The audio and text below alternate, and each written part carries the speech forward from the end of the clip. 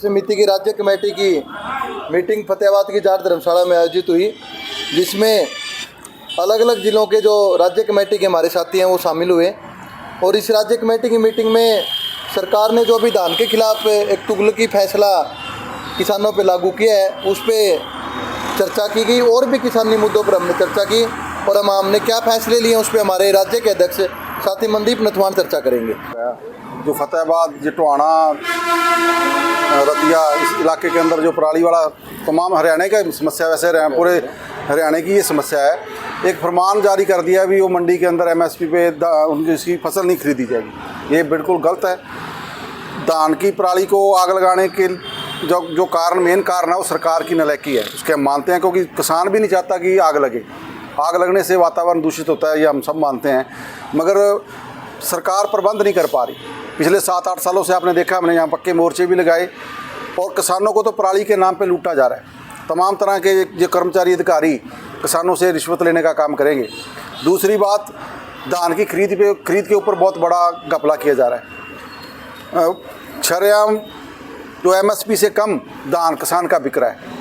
मुख्यमंत्री तो कह रहा था 24 फसलें MSP पे लेंगे, और मंडियों के अंदर आप जाके देखो भी 2100 रुपये, 2200 रुपये धान बिक रहा है, जो 2320 जिसका MSP है। ये बहुत बड़ा इशू है। साथ ही साथ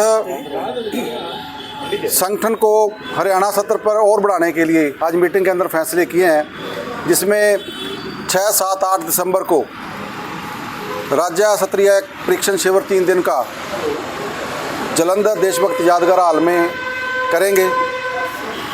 और जो नया साल आएगा, नए साल पर 27 फरवरी को हरियाणा सत्र की एक बहुत बड़ी रैली हिसार के अंदर करेंगे, जिसकी तैयारियां लगातार चलेंगी। अभी लंबा समय तो गांव-गांव तक जाएंगे, जिसमें हमने 500 से ज़्यादा गाँवों के अंदर नुक्कड़ मीटिंगें, सभाएँ करने का फैसला किया है।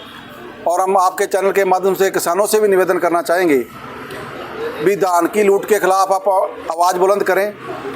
एक धान नहीं बिक रहा, दूसरा DAP खाद पे ब्लैक हो रही है। पिछले साल भी लोग लाइनों में DAP के लिए लगे हुए थे, इस बार भी लोग DAP के लिए लाइनों के अंदर लगे हुए हैं, जिसे अन्नदाता कहते हैं। आज वो अन्नदाता है जो संकट में है, और सरकार को चाहिए तुरंत प्रभाव से DAP मुहैया कराई जाए, DAP पे ब्लैक बंद कराई जाए।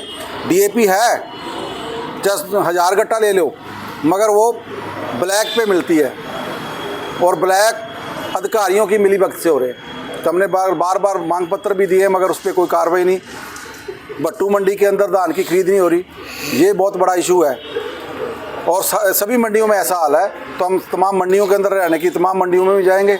और फरवरी के अंदर जो रैली करनी है वो ऐतिहासिक रैली होगी, उसकी तैयारियां अभी से शुरू है।